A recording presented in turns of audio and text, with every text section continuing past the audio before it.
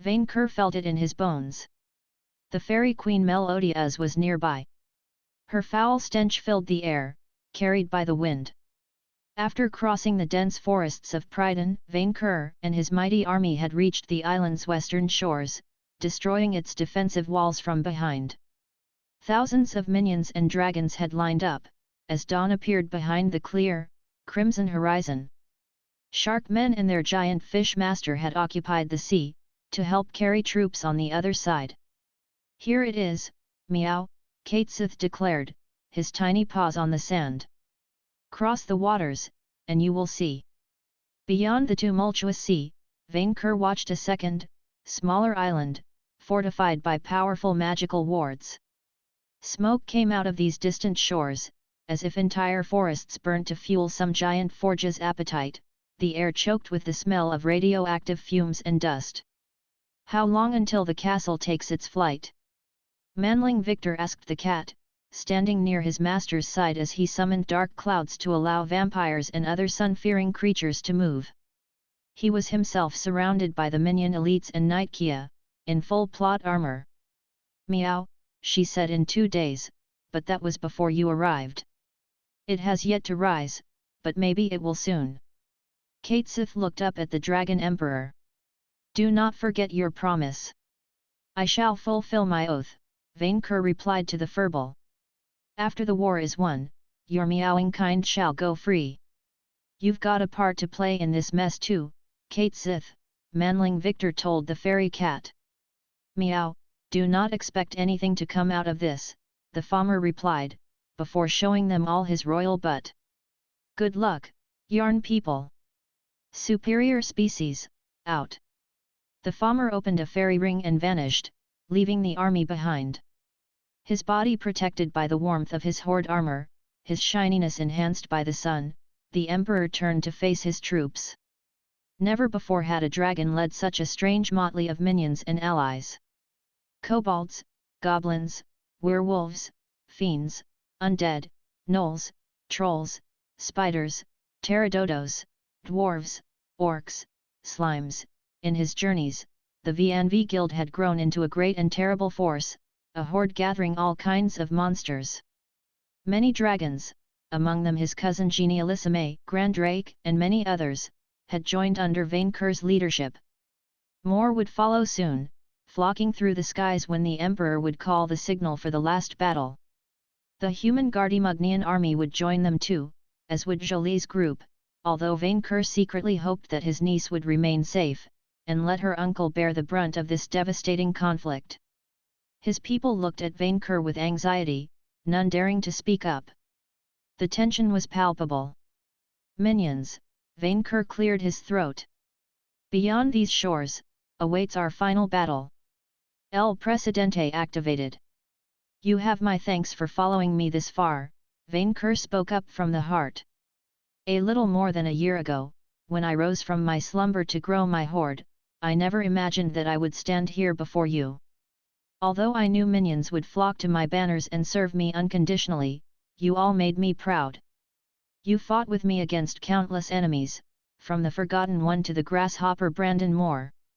Together, we smashed the wicked Mot and the battling Lavere, and we built a great city upon their ashes. We conquered the east and the west until we crafted a great empire on which the sun never sets. It took me a long time to understand it, but my hoard was not made from coins and gems alone. It was made of you, minions." The dragon nodded at his lackeys, who had tears in their eyes. "You are my hoard. All of you." Hoorays and shouts answered his declaration. His minions clapped in joy, while the dragons present nodded in support. "Today, we stand with my fellow WIRMS as one, against a threat menacing all hordes." As Manling Victor cast buffs on his master, Vainqueur continued to make his case. "A bright dawn will rise on a new world tomorrow. One where dragons and minions can live in peace, to gather their hordes. A world free of lead. We shall storm this island, and bring the fairies' castle to the Groza Werado." For a second, Vainqueur thought the Forgotten One had joined the fray, but the voice was different. Familiar, but different. Time seemed to stop for a second, and when it resumed, Vainqueur turned his head behind him to face an army. A massive force of golems, greater than the one who prevented them from landing on Pryden, had gathered in the skies, a swarm of steel and swords. Orc and human priests of that worm sabler rode flying war beasts, summoning monsters and deadly magic. Explosions detonated beneath the sea, the shark Human-Nonhuman propelled on the shores by a mighty detonation. The metal dolphin which attacked Vainqueur upon first landing rose from the waves, covered in the blood of fishmen, its wind spears ready to take to the skies. Those cowards, they didn't even let him finish his speech. Someone triggered the anti-teleportation wards, Victor declared, while Knight Kia drew her blade. They tried to teleport a nuke to our face in the stopped time. Only a vicious mind could imagine such a destructive strategy, and Vainqueur caught a glimpse of the responsible. On the back of the dolphin stood an ancient, rune-covered mummy, a wicked foe from an age bygone. The undead who slew his minion for the second time, costing Vainqueur a fortune. The vile Akinapep, Vainqueur recognized him, before letting out a furious roar. Minions, to arms! Dragons, to me! As his mighty roar and the flapping of his wings echoed across the skies, dragonkind answered. The horizon was filled with an army of wings and claws, flocking to the final battle. More dragons came from the west, some of them as big as Vainqueur himself, primordial great WIRMs who had slumbered beneath the earth for centuries, millennia. Their shouts became a cacophony, drowning the buzzing of flying machines.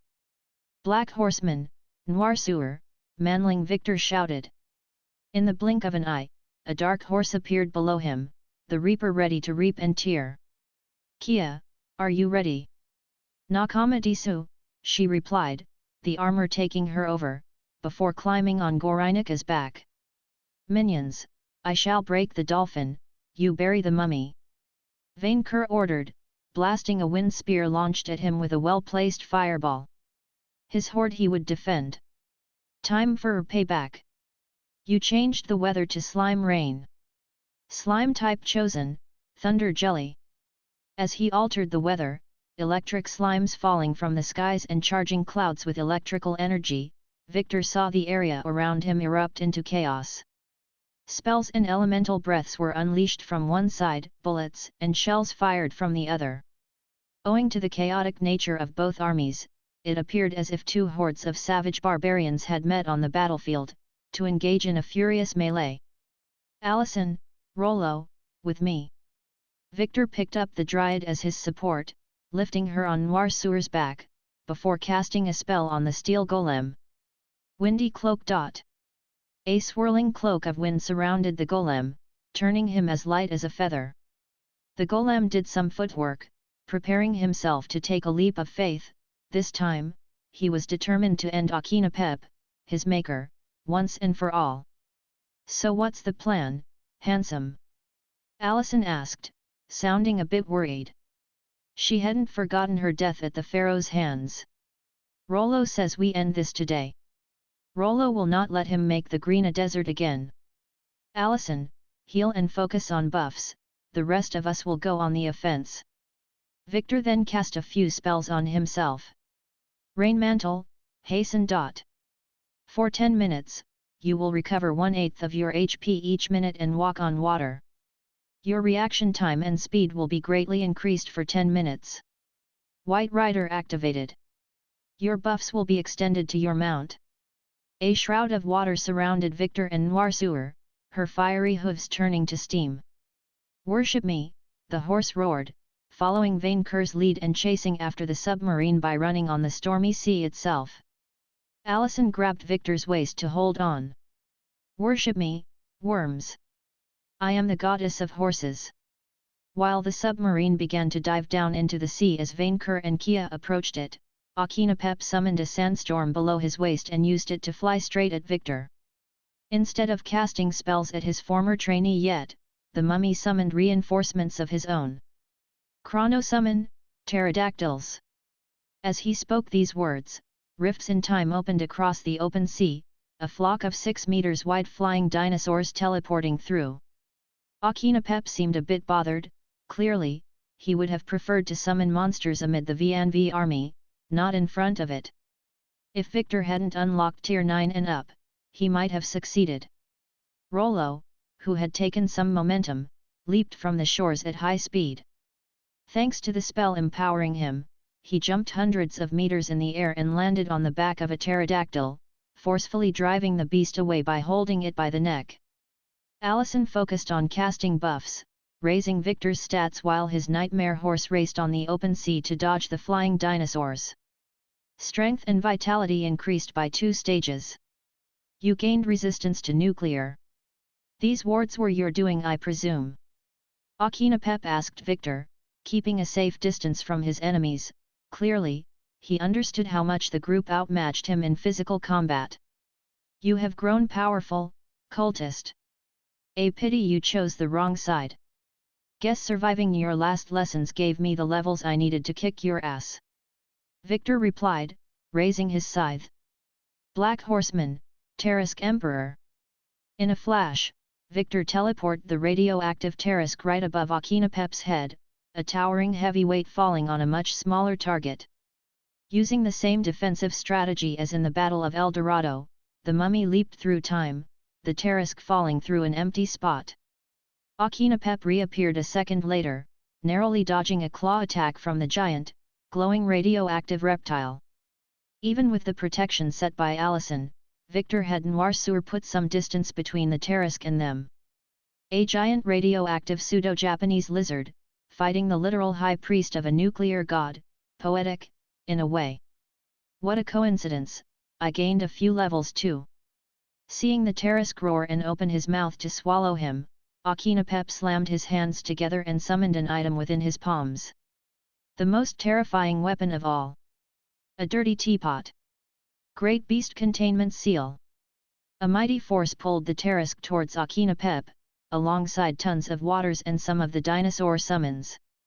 Noirsuur managed to pull away from the device's range, while Rollo leaped from dinosaur to dinosaur like Super Mario. The Tarisk Emperor wasn't so lucky though, a vortex pulled him inside the teapot and quickly trapped him inside. Once the beast was contained, Akinapep slammed the cover shut, then casually tossed the teapot out into the sea. Stratagem 28, I shall always keep dangerous monsters in secure cages. Alacrity. Akinapep's spell casting time has been greatly shortened for tier 3 spells and below. Oh come on! Do you know how many kids that thing left behind? Victor complained. How many monsters you just orphaned? The mummy responded by attempting to skewer him with a rain of golden arrows, forcing the vizier and his minions to run away. The pharaoh's body began to radiate a green aura, polluting the air with nuclear energy. All creatures near Akinapep will lose 2 max HP per second, except undead, eldritch, alien, insect, elemental, and artificial types. If your current HP surpasses your new max HP limit, you will develop a radioactive tumor. Darwinist activated. You will count as eldritch for the purpose of the effect. Eldritch? Must have been his inner slime showing. You're holding up, the vizier asked Allison and Noirsuur.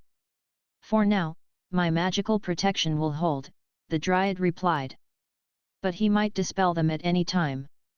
Meanwhile, Vainqueur engaged the submarine alongside the VNV amphibious forces, destroying wind spears before they could hit him with his breath. Kia and Gorinik, trusting the dragon to handle the super weapon, switched focus to circle behind Akinapep and take him down. Braving his radioactive aura, the paladin raised her blade and tried to impale the pharaoh. The chronomancer had no choice but to drop his assault on Victor to defend himself against the new challenger. Lightning, Victor told Allison his battle plan, while Kia and Akinapep engaged in a deadly aerial dance. We go for lightning. You're sure? She asked, looking at the clouds and then at Vainqueur's confrontation with the submarine. We're near the sea, we risk friendly fire. Buff my precision, the vizier replied. Akinapep was unfortunately too dangerous and too high level, with a radioactive aura that only weakened his opposition with time. They needed to kill him fast. Nodding, the dryad cast spells on the vizier, the necessary preparations for an ultimate attack. Protection from lightning, accelerated lightning up, lightning pierce, accelerated precision up. You gained resistance to lightning for 10 minutes. Lightning spells will inflict 20% more damage and will bypass resistance. You gained plus 20 to precision-based checks for 5 minutes. Struggling against a paladin optimized to damage him, Akinapep collapsed space within his hand, creating a small black sphere. Black hole. He launched the sphere at Kia and Gorinik, the projectile growing from the size of a tennis ball to that of a truck. The attack drew in anything unlucky enough to get close to its event horizon, from the Chronomancer's summons to the very clouds. Rollo himself managed to drag his current dinosaur ride afar, instead regrouping with Victor and Allison. Kia was much luckier. Her plot armor radiated a blue light, forming a sphere around the knight and Gorinik. The shield and the black hole collided, fusing like yin and yang before both magics abruptly vanished. The paladin and her Zime mount ended up unharmed. What happened? Allison asked, as astonished as Akinapep himself. Intelligence check successful. Friendship is pure positivity, while a black hole is created from negative energy, Victor realized. The sum of Kia's bonds, magnified by the plot armor, created a reverse polarity which cancelled the black hole. The Dryad remained silent for an instant. That doesn't make any sense, she protested. And yet, it does. Justice will prevail. Kia shouted, more and more ashamed of her own speech. I'm sorry, I'm nothing like this normally. The plot armor, Akinapep realized, recognizing the artifact, however, unlike what Victor would have thought, he sounded more confident than before, not less. A very tricky defense, but one with a glaring weakness. It makes me want to puke. Kia frowned, summoning a solar judgment. You are protected from death, hero, Akinapep mused upon dodging a pillar of light, and only death.